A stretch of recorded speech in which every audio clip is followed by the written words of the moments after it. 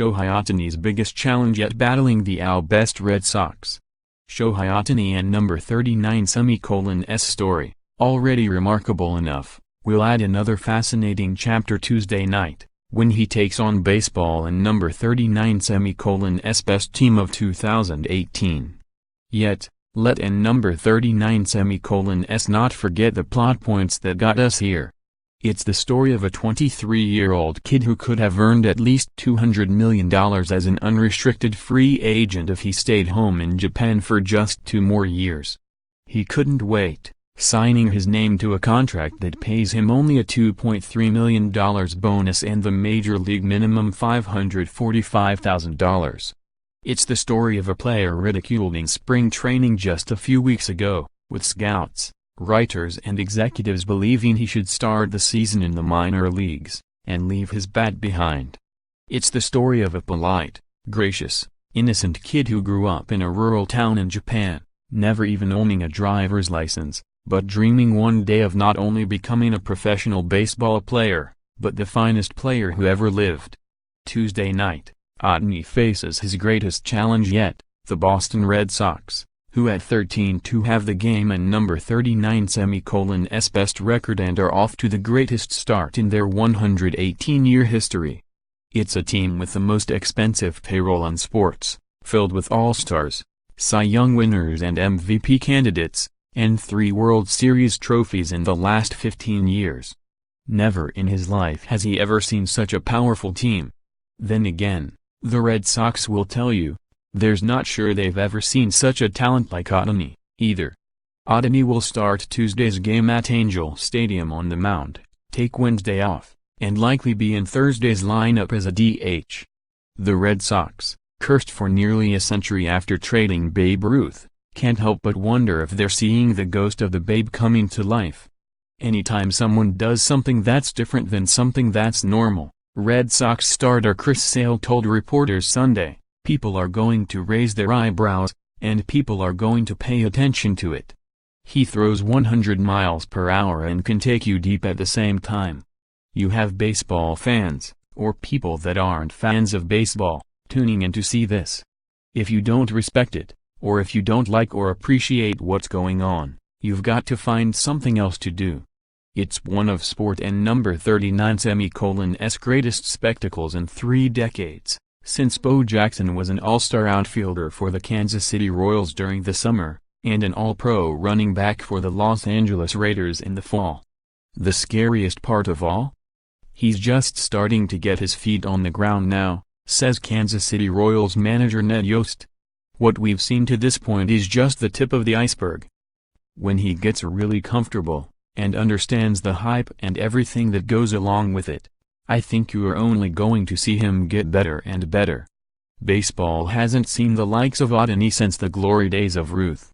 Ohtani became the first player since Ruth on June 13 to 14, 1921 to win a game and homer in his next start as a non-pitcher. And no one since Ruth, in 1918, has hit 10 homers and won 10 games in the same season. Ohtani leads the Angels on the mound with a 2.0 record and 2.08 ERA, retiring 35 of the last 38 batters he's faced.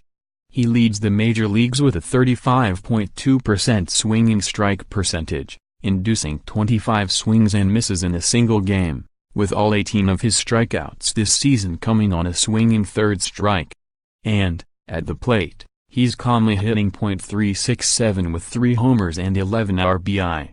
He has the highest slugging percentage, .767, of any player in baseball with at least 30 at-bats, with only 3 players in history producing more RBI in his first 8 career games. We just sit back and enjoy the show, you know, Angels All-Star left fielder Justin Upton said. I thought it was so funny in spring training when people tried to say he couldn't play. It was just crazy. Everyone wanted to panic, believing he couldn't do this. There were never any doubts in here. We were taking BP with him. We saw his bullpens. Look at him now. You forget about him for 4 days, pops up for 3 days, disappears again, pitches 1 day, comes back, and does it all over again. It's hilarious. Ohtani has never lacked confidence as a childhood prodigy in Japan, but his teammates will tell you that he's got the ego of the clubhouse chef. He is baseball's version of a gym rat, who has no hobbies and would love to spend every waking moment playing baseball, talking baseball, or watching baseball. If it were up to him, he'd be in the lineup every single day, even hitting on the days he pitches, as if he were in the National League with no DH. "I'd like to be in the lineup more," Ohtani said, "but I know it's going to be a long season. Fatigue is going to catch up to me one day, so I'm going to try to keep myself in shape, and let the medical staff look at me every day, and be careful. Maybe, one day in the dog days of summer, he will get tired. Perhaps that devastating split-fingered fastball will stop dropping at the knees. Maybe those balls he hits into the seats will fade at the warning track. Possibly, he'll even need a respite from being a two-way player. Just not now, not when he's sitting atop the world, leading the Angels to their best start in franchise history, and possibly heights they haven't seen since winning their last postseason game in 2009. Our job has been to make sure Ohtani is comfortable, and we've been doing that since day one," Pudgell said, trying to take the pressure off of him and putting it on the veteran guys. "That was our main goal all along, and I think we've done that. But after watching what he's doing, it's almost like he's taking the pressure off of us. Unbelievable story, isn't it? And to think it's just getting started." Follow Nightingale on Twitter and Facebook.